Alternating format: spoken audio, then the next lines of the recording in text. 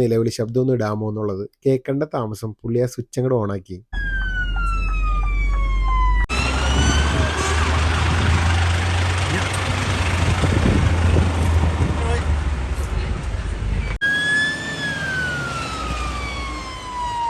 എന്നെ ഏറ്റവും കൂടുതൽ ഞെട്ടിച്ചത് ഇതിൻ്റെ സ്റ്റോറേജ് ഫെസിലിറ്റിയാണ്. കാരണം 3000 ലിറ്റർ ഓൾറെഡി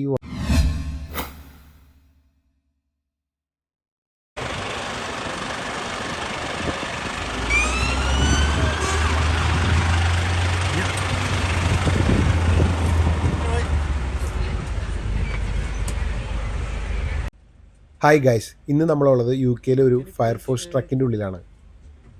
എൻ്റെ കുഞ്ഞുനാൾ തൊട്ടുള്ള ഒരു ആഗ്രഹമാണ് ഫയർഫോഴ്സ് വണ്ടീനകത്ത് സൈറനൊക്കെ ഇട്ട് യാത്ര ചെയ്യാന്നുള്ളത്. അതെന്തായാലും എനിക്ക് കേരളത്തിൽ വെച്ച് സാധിക്കാൻ പറ്റിയില്ല, പക്ഷേ യു കെയിൽ വന്നിട്ടാണ് സാധിക്കാൻ പറ്റിയത്. ഞാനിപ്പോൾ യാത്ര ചെയ്യുന്ന ട്രക്ക് സ്കാനിയയാണ്. 2016 മോഡൽ വണ്ടിയാണിത്.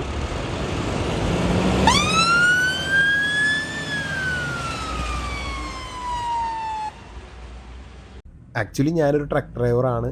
ഇതിലും വലിയ വണ്ടിയാണ് ഞാൻ ഓടിക്കണത്. പക്ഷേ എങ്കിൽ പോലും ഞാൻ ഈ വണ്ടിയിൽ ട്രാവൽ ചെയ്തപ്പോൾ എനിക്ക് എന്തെന്നില്ലാത്തൊരു എക്സൈറ്റ്മെൻറ്റിലാണ്. എസ്പെഷ്യലി സൈറനൊക്കെ ഇട്ട് ഈ ഫയർഫോഴ്സ് വണ്ടി പോയപ്പോൾ.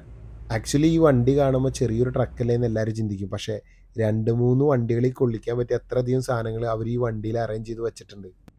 എസ്പെഷ്യലി ഓരോരോ സിറ്റുവേഷനിലും അനുയോജ്യമായ ടൂൾസ്. ഒത്തിരി ക്യാമറകൾ വണ്ടിയുടെ അകത്തും പുറത്തായിട്ട് അറ്റാച്ച് ചെയ്ത് വെച്ചിട്ടുണ്ട്. അതിൽ കൂടുതലും ലൈവ് ക്യാമറകളാണ്.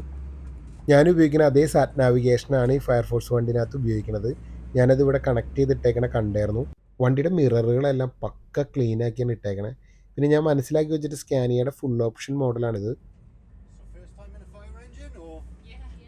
അതുപോലെ തന്നെ വാക്കി ടോക്കിയും നമുക്കിവിടെ കാണാൻ സാധിക്കും. എസ്പെഷ്യലി വണ്ടീനെ മോണിറ്റർ ചെയ്യാനായിട്ട് വലിയൊരു സിസ്റ്റം തന്നെ ഇവിടെ പിടിപ്പിച്ചിട്ടുണ്ട്.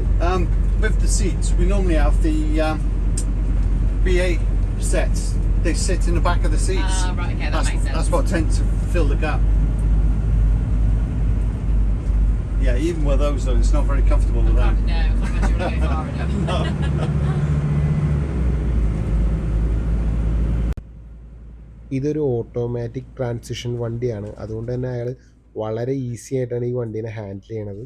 സോറി, ബൈ ദ വേ, ഞാൻ ഡ്രൈവറെ പരിചയപ്പെടുത്താൻ മറന്നുപോയി. നമ്മുടെ ഡ്രൈവറുടെ പേര് ഡീൻ എന്നാണ്. ആളിവിടെ ഒരു 10-15 വർഷത്തിന് മുകളിലായി വർക്ക് ചെയ്യാൻ തുടങ്ങിയിട്ട്. അതൊരു ഫയർ ഫൈറ്ററായിട്ട് വർക്ക് ചെയ്യാൻ പുള്ളി വളരെ ഹാപ്പിയാണെന്നാണ് പുള്ളി പറയുന്നത്. എത്രത്തോളം എക്സ്പീരിയൻസ്ഡ് ആണെന്നുള്ളത് നമുക്ക് പുള്ളിയുടെ ഡ്രൈവിംഗ് കാണുമ്പോൾ തന്നെ മനസ്സിലാവും. എത്ര സ്പീഡിൽ വന്നാൽ പോലും വളരെ സ്മൂത്തായിട്ടാണ് പുള്ളി ബ്രേക്ക് ഔട്ടണത്. അതുപോലെ തന്നെ 2 കണ്ണാടിയിലും നോക്കിയിട്ട് വളരെ സ്മൂത്തായിട്ടാണ് ഇൻഡിക്കേറ്റർ ഇട്ട് തിരിക്കുന്നതും സ്റ്റീറിങ് കൺട്രോൾ ചെയ്യണതും വളരെ ലൈറ്റായിട്ടാണ് നമുക്ക് ഫീൽ ചെയ്യും. ഒത്തിരി കാര്യങ്ങൾ ചോദിച്ചറിയണമെന്ന് ഞാൻ വിചാരിച്ചിട്ടാണ് വീട്ടിൽ നിന്ന് വന്നത്. പക്ഷെ ഇവിടെ എത്തി വണ്ടിയുടെ ഉള്ളിൽ കയറി കഴിഞ്ഞപ്പോൾ ഞാൻ പല കാര്യങ്ങളും വിട്ടുപോയി. ഞാൻ ആ വണ്ടിയുടെ ഉള്ളിൽ കയറി എൻ്റെ എക്സൈറ്റ്മെൻറ്റിൽ വീഡിയോ എടുത്ത് ആ വഴിയൊക്കെ ആയിട്ട് എൻ്റെ ശ്രദ്ധ തിരിഞ്ഞു പോയി. ഞാൻ ആളോട് ചോദിച്ചൊരു പ്രധാന ചോദ്യം, നമ്മളൊരു സ്ഥലത്ത് ഫയർ നടന്ന് അവിടെ ചെന്ന് വെള്ളം ഉപയോഗിച്ച് തീർന്നു പോയി, പിന്നെ രണ്ടാമത് റീഫിൽ ചെയ്യാൻ എന്ത് ചെയ്യും? തിരിച്ച് ഫയർ സ്റ്റേഷനിൽ പോവോ അതോ വേറെ എന്തെങ്കിലും മാർഗ്ഗം അവിടെ നിന്ന് എടുക്കുമോ? എന്താ ചെയ്യേണ്ടതെന്ന് ഞാൻ പുള്ളിയോട് ചോദിച്ചു. See these yellow posts there? Where? See the yellow posts on the ground there? Yeah. We tap into that. Hydrants. We run a pipe, and there's another one here, look. This one? Yeah. See the yellow drains or yellow covers? We put a standpipe in, put water straight into the back of the truck. Yeah. But we got 3,000 litres on this. So, house fire. This will probably be ample for that. Car fire, stuff like that. ഈ വണ്ടിയുടെ ബാക്കിൽ 4 സീറ്റാണ് വന്നത്. പുറത്തിന് ഫ്രണ്ടിൽ 2 സീറ്റും, അങ്ങനെ മൊത്തം 6 സീറ്റാണ് വന്നത്. പക്ഷേ എനിക്കിഷ്ടമായത് ഈ വണ്ടിയുടെ ഫ്രണ്ടിൽ നിന്ന് യാത്ര ചെയ്യാനാണ്. ബാക്കിൽ നിന്ന് യാത്ര ചെയ്ത് നോക്കിയിട്ട് വലിയ കംഫർട്ടായിട്ട് എനിക്ക് ഫീൽ ചെയ്തില്ല. പിന്നെ ഞാൻ ചോദിച്ച അടുത്ത ചോദ്യം, ഈ ജോലിക്ക് വേണ്ട ബേസിക് ക്വാളിഫിക്കേഷൻ എന്താണെന്നാണ്. I think the desirables are like C's and above. Is that level 4 nowadays? Yeah, level 4 in a GCSE. Yeah. Yeah, the old-fashioned C's and Yeah. I only know because I've got a 16-year-old. ഇപ്പം നമ്മൾ travel ചെയ്ത് പോയിക്കൊണ്ടിരിക്കുന്ന ഈ Scania വണ്ടിയുടെ ഉള്ളിലെ സ്റ്റോറേജുകളാണ് ഈ കാണിച്ചേക്കണത്. കുഞ്ഞൻ വണ്ടിയാണെങ്കിലും അതിൻ്റെ ഉള്ളിൽ ഒത്തിരി സാധനങ്ങൾ അവർ കയറ്റിയിട്ടുണ്ട്. അത് കൃത്യമായിട്ടാണ് അവർ അടുക്കി വെച്ചേക്കണത്. എന്നെ ഏറ്റവും കൂടുതൽ ഞെട്ടിച്ചത് ഇതിൻ്റെ സ്റ്റോറേജ് ഫെസിലിറ്റിയാണ്. കാരണം 3000 ലിറ്റർ ഓൾറെഡി ഈ വണ്ടിയിൽ വെള്ളത്തിൻ്റെ കപ്പാസിറ്റി ഉണ്ട്.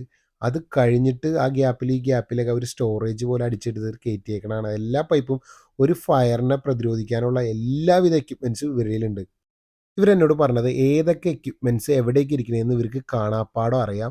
ഒരാവശ്യത്തിന് ആ നേരത്തെ കിടന്ന് തപ്പയില്ല. അവർക്ക് നേരത്തെ അറിയാം ഇന്ന എക്യുപ്മെൻറ്റ്സ് ഇന്ന റോയിലാണ് ഇരിക്കണേന്നുള്ളത്. ഞാൻ ആളോട് റിക്വസ്റ്റ് ചെയ്ത ആ നിലവിളി ശബ്ദം ഒന്ന് ഇടാമോ എന്നുള്ളത്. കേൾക്കേണ്ട താമസം പുള്ളി ആ സ്വിച്ച് അങ്ങോട്ട് ഓണാക്കി.